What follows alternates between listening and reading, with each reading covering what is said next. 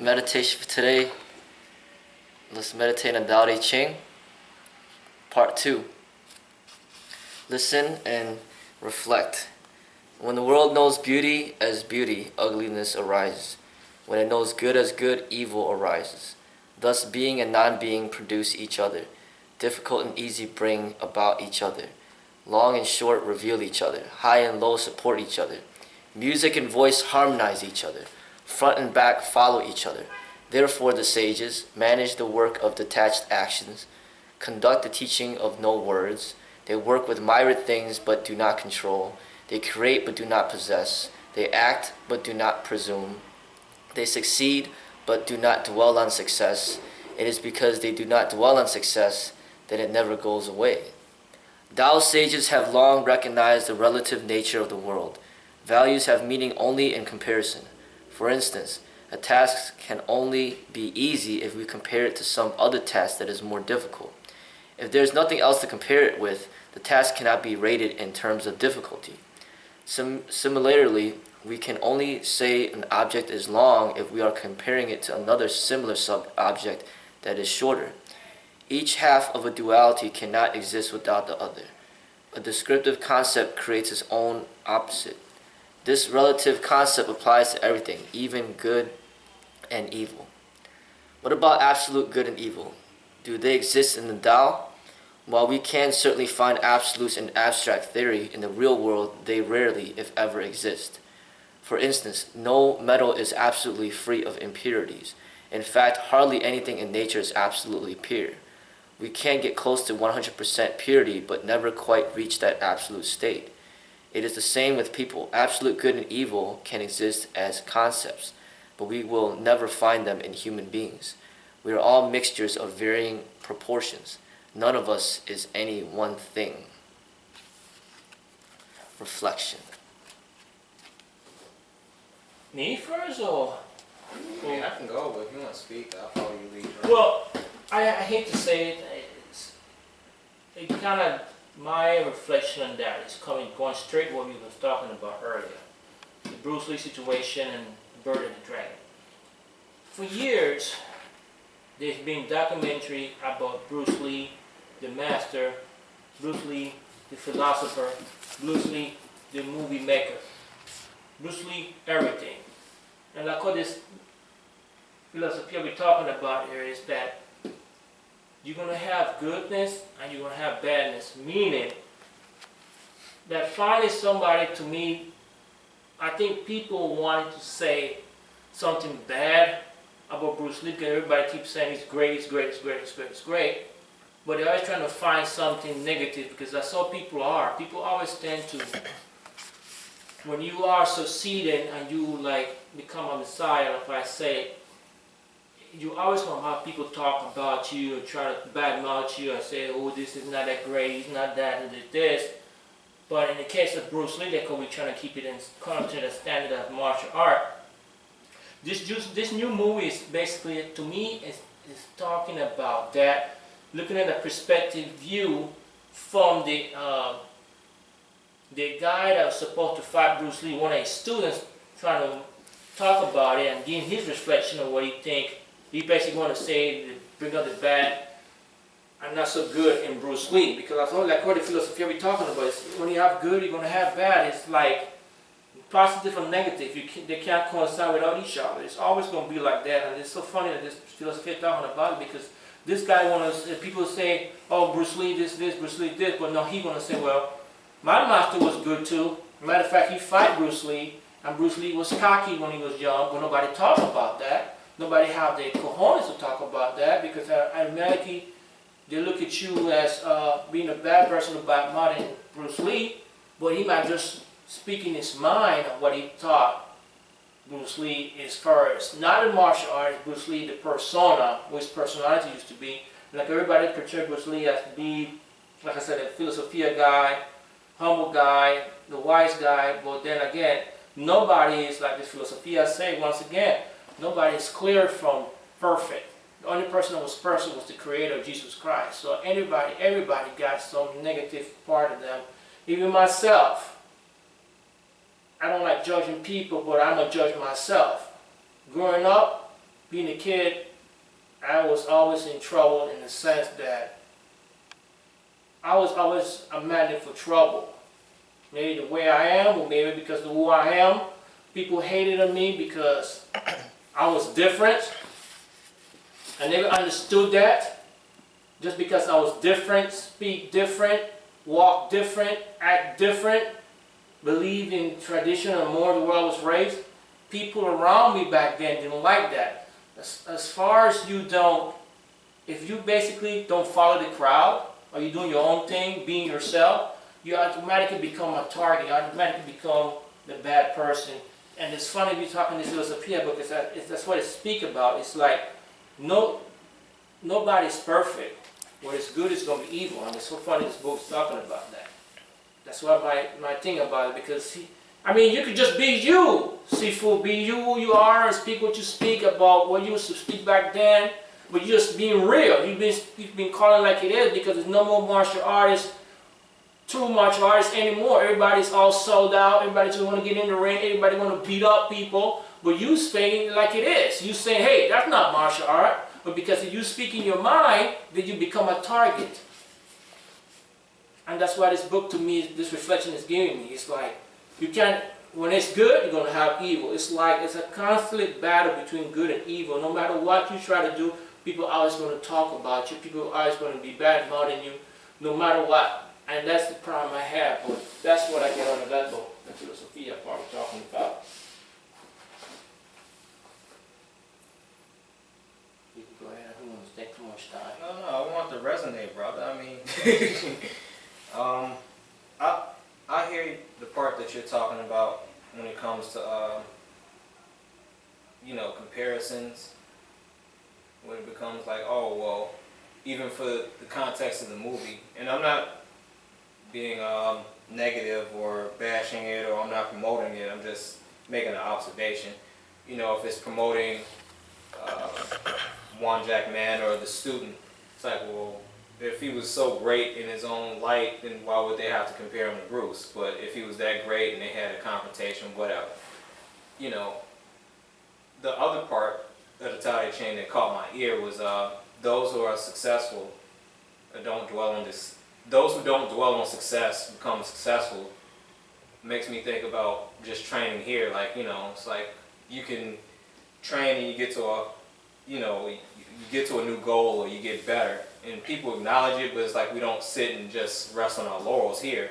It's like, all right, well, all right, you got that, now we move on to this. You know, that's how you become successful. You don't just become, oh, well, oh, you failed, you did this, you did that. It's like we don't even acknowledge really failure too much. There's been plenty of times where it's like, man, you know, you fail so many times before you reach a goal that, you know, we don't even talk about that really much, or we don't even really talk about success either. It's just like, all right, well, we don't dwell on it, but we keep working. Keep working, that's key.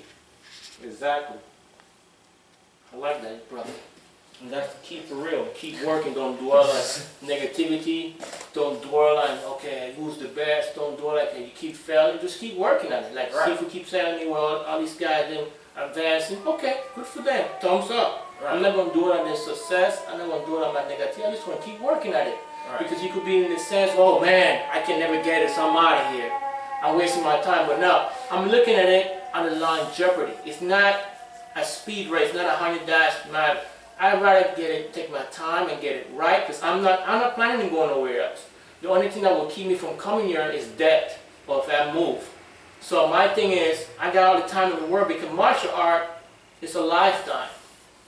See what I'm saying? It's a lifetime. Because I'm happy here, I'm happy being around you, I'm happy being trained by Sifu, I'm happy being around this chemistry.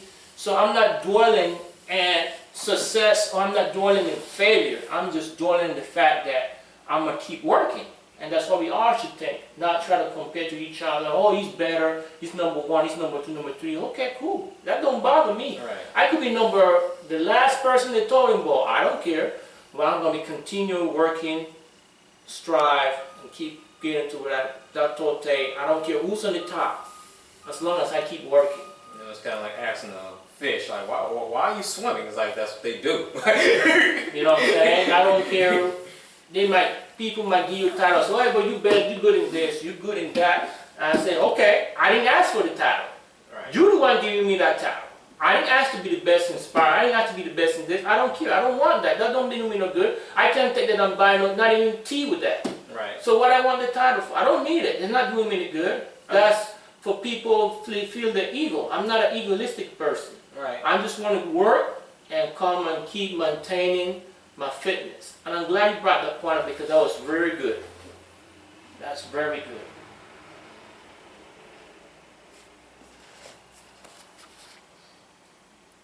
He's smiling. You know what to say? What you got to say, man? What's up? I like what Shen said about That's what I'm saying. not dwelling on success. That kind of is kind of like when you do something, you don't make a big deal about it. Exactly. You know, like, You know, that. and that's one thing that my parents really taught me a lot when I was growing up. Is everything I did was just, in my eyes, and somebody that's younger, they might think, oh, I'm never good enough. But it's more like, you don't have to look at it like that. It's more like we didn't really celebrate birthdays. We didn't celebrate holidays. We didn't, like, if I come home with straight A's, whatever. You know what I'm saying? Like, it doesn't matter. Like, they don't make a big deal out of success. And what that trains you to do is that when you start doing whatever you do, like, you don't think anything special of yourself. And then when you don't think anything special of yourself, it like they're saying right here, it never goes away. Because it's just hard work, it just becomes a part of you. So that's what Kung Fu is, it's like hard work. So, and I've noticed it in here when I was training people early on, when you give too many people compliments and you give them too many rewards, like that, it's the same thing with the belt system. It doesn't have to be, it could be a belt, it could be a cookie, it could be a pat on the back, it could just be like, great job. When you say that too much, you're complimenting too much, then they're dependent on that, and then they think of everything as a success and failure. You know, but if you just basically don't make a big deal about anything, and you just keep working hard, then it just becomes a part of you. So then, say, you know, you're benching in there and you're doing like 200 something pounds, and you know, you did it 10 times, but then you're like, shit, I should have done more, it ain't nothing. You know, and then the next day you do it again, you did one more, shit, that's good, I did one, but it still ain't nothing. Like, you don't think nothing big, but then other people that never work out, they can't even barely bench press the bar, and they keep looking at you like, dang, this wasn't doing all this, I can't even do the bar, and then they look at you like, whoa, like, can't believe it, you know? But that's the thing, is like when you get to a higher level, you don't make a big deal out of small things, you know? And you don't need other people to tell you that you did a good job. It's like, you know yourself that you know that you're working hard. You don't need other people to tell you. But when you are dependent on other people telling you that you're doing a good job, when you start become dependent and you don't, then those people aren't telling you that you're doing a good job anymore, that's when you start feeling like, what am I doing this for? Right. The people aren't even recognizing me working hard. And that's a lot of the reasons why people have a hard time holding down a job, is because they either want more money or they want recognition. It's like they always are dependent on other people, you know, to get them to feel like they're doing well, you know. I want a pat on the back. Yeah. You want to get rewarded for stuff that they're supposed to be doing in the first, like come to work. Yeah, I came to work. Okay, and supposed to. Yeah. Well, that makes, I mean, what you said was success never goes away. It's like, well, if nobody ever gave you any recognition, nobody could take it away either. Right, you never got it, so. Right. You know, once in a blue moon, you want to know that somebody say, man, listen, you know, like the seafood will come to you and say, hey, like my mother, for example, if I bring on straight A, they're happy, but if I still bring on F, they're going to whip my butt. Right. You know what I'm saying? But still, you don't need no pat in the back. Hey, you did a good job. No, what if I expect that from you? Right. See what I'm saying? Yeah. I expect that from you. So what I got to reward you and say, hey, well, see, why we had that same problem when we first started here. People was kind of like getting used to get a reward, used to get a badge, and then when he taking it away from them, you should have seen their faces. Oh man, they wanted to quit. They quit because he took the badges away from them because they wasn't doing what they were supposed to do. Well, maybe that goes to the where it's like, oh, well, there'll be no like, what was the contrast it showed earlier with the different things, like there'll be no tall without short, there'll be no wide Yeah. without. It's like you said, it was certain people that get like the badge or something like that, and like, oh, if I don't have a badge, I'm a failure. Right. You know, it creates that. And then if you take it away from because they got so cocky, they didn't want to train no more, they didn't want to come to train no more, they didn't want to do the drills no more. So you took it away from them just to see how they're going to be at. You should see, oh, they were all messed up and all this, why should I give up the badge? Dude, you're not maintaining it. Right. You know what I'm saying? So if you work and continue working with us, expecting to get reward, yeah, once in a blue moon you want to tell them something, hey man, you're doing a good job, but not all the time. Right. You know what I'm Well, saying? I mean, that's just be another way of communicating with one another. That's all. That's all that is. Like, all right, you know, you recognize it, not necessarily recognition, but you know, communicate. All right, we acknowledge what we see. You know, just an Right. observation. Right. Just like with when I was doing the wooden dummy, it wasn't a chastise. It's like, hey, you need to work on this, this, and that. If he didn't tell me that, I wouldn't get better. Right. You will know you need to work on it. That's Right. what I'm saying. He's being constructive criticism. That's understandable because he's a teacher. He's supposed to do that. Right. Let you know what you're lacking at so you can improve. But at the same time, certain people got so, back then they got so cocky and full of themselves that they didn't want to do certain things anymore because they felt it was too good. Or they would say, oh, I don't got nothing else to learn. I learned everything else. How are you going to say that? You're constantly learning something new. Even doing the CM form we do every single day, like the Tiger form, it's always something new you're going to learn. Always something new that you miss. Seriously. Yeah, You can do something every day. Every day. But always something new you're going to learn.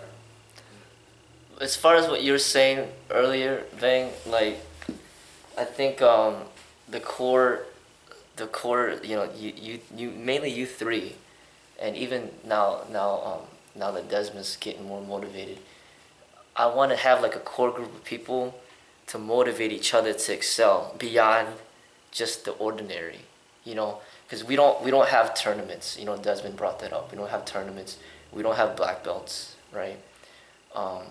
And we're not fighting towards like becoming like professional fighters either. So we got to find a way to excel, to almost train as hard as these sport fighters do, but maybe even harder. But how do we do that without having all those rewards? And we got to kind of motivate each other. So, like, you set a good example for all the clients that you bring in because they see you super fit. You're like Superman to them, and you know all this stuff and all this stuff to teach. But when you come into this core martial art group, we have to kind of like a team together, motivate each other to keep moving forward. Right. You know, as a Sifu, it's my job to kind of work my hardest to try to stay ahead of the people that I teach. And as an assistant instructor, because that's kind of what you are, and what you guys are all building up to, is to become assistant instructor so you can be that guide, you know, at a higher level, not the basic level where general fitness. I'm talking about the combat, the sparring, the meditation. So then you could lead a meditation class. So then you could show somebody the Phoenix form and know it and not have to reference me. The Tiger form, you could show them and not have to reference me. You could show them how to spar better, how to get fit. So it's like when we see one person improving, then we should be motivated to be like, if one of you guys got all the way up to part 3, then it puts pressure on me. Shit, I gotta get on part 4. I gotta get it now.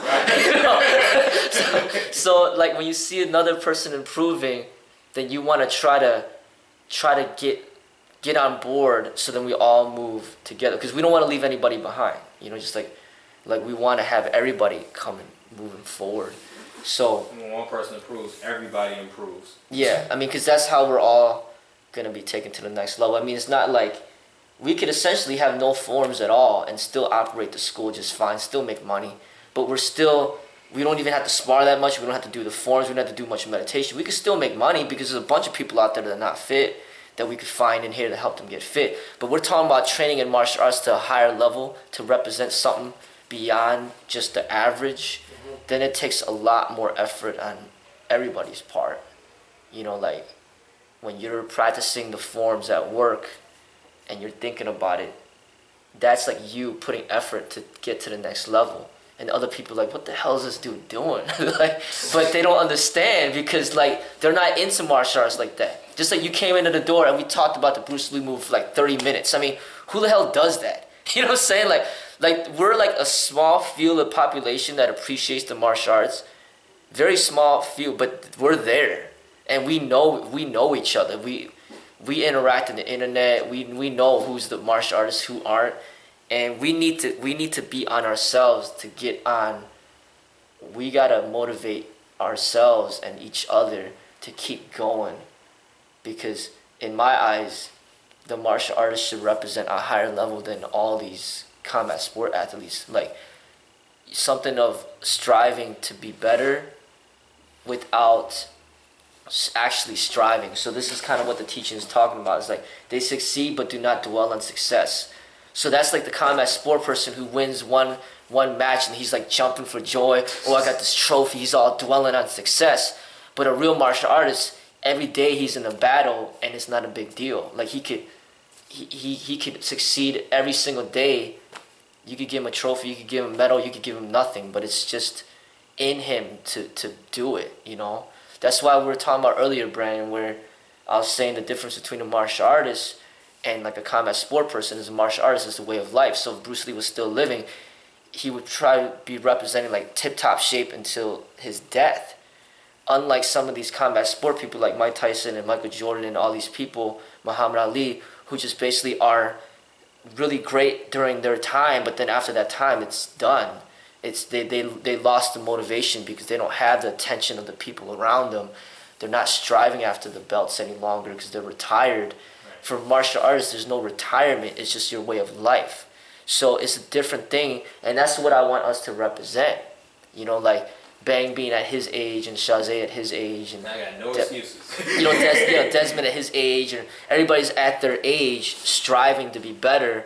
And then when they look at somebody like, wow, you know, like even Davin mentioned, like, man, somebody your age and you're doing jump kicks on me and shit, you know, like, and he's like, man, I hope that I could keep that up when I get to your age. And then we're looking at my father still, he just ran the marathon last Sunday. And we're like, yeah, it was his 19th marathon. He's still going at it. He still trains in here 3 times a week. And I'm still having a hard time getting young bucks coming here 3 times a week. You know what I'm saying? So he's working hard. I want him represent. I want Bang represent. I want Shad. I want all of us represent. I don't want it to be like, oh, there's only one person representing.